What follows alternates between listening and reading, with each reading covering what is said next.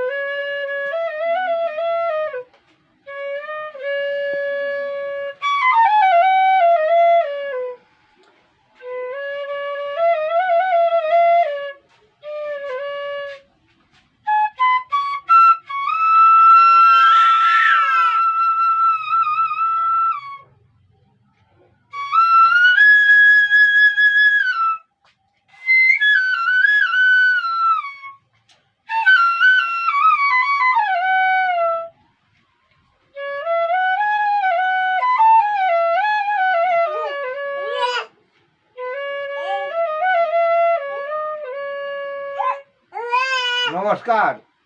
অনেকে বলে একটা বাঁশের টুকরো, কিন্তু বাঁশের মাঝেও রত্ন। এই একটা বাঁশের টুকরোতে একটা বাঁশি বনেছে, বিভিন্ন সুরের, বিভিন্ন স্কেলের গান গাওয়ার সক্ষমতা আছে। এই বাঁশটার নাম কি হয়? বাঁশ তো আপনারা অনেকেই দেখছেন।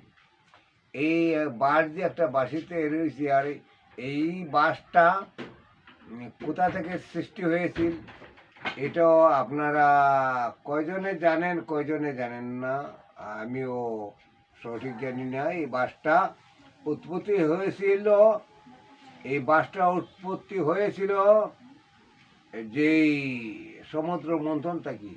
এই বাঁশিটা কৃষ্ণরে বানাইয়া দিয়েছিল কে? বিশ্বকর্মা। তো আমিও তার চেলা। আমি বিভিন্ন একটা বাঁশের টুকরার মাধ্যমে আমি বহুত কিছু দিতে আছি। আর দেখবেন আমার গড়ে অনেক স্কেলের বাঁশি আছে। আপনারা দেখবেন এটা ঈশ্বরিক বিদ্যা, এটা আমি দিতে পারছি না, কিন্তু আমার এই সেই অভিজ্ঞতা আছে।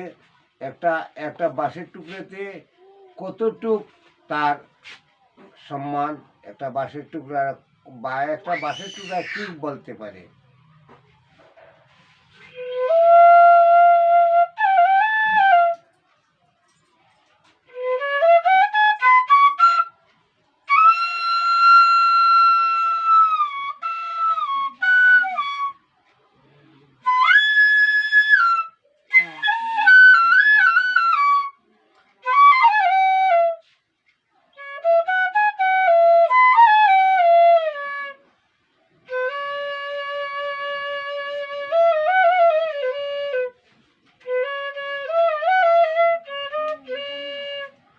আপনারা এমন শত শত বাঁশের টুকরা পায়ে পেলে মুড়িয়ে দিচ্ছেন, কিন্তু আমার কাছে একটা বাঁশের টুকরা সোনার চেয়েও দাম বেশি। আর আমার কাছে যে এই বাঁশের বাঁশি নেবেন, খরিদ করবেন, যদি নিতে চান যে কোনো শরীরে যে কোনো স্কেলের বাঁশের জন্য যোগাযোগ করবেন। আর বাঁশের শিক্ষার জন্য যোগাযোগ করবেন। অথচ এই লোকসঙ্গীত লোকবাদ্যযন্ত্র শেখার জন্য যোগাযোগ করতে পারেন। আমার আজ 58-49 বছর ধরে আমি এই নীরবে সাধনা করছি, আপনাদেরকে দিতে চাচ্ছি। আপনারা যদি নিতে চান কারো যদি প্রয়োজন পড়ে যোগাযোগ করবে।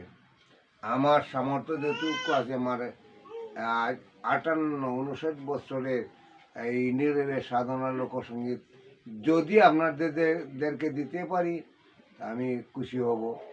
এই বলে আমার নমস্কার, ধন্যবাদ,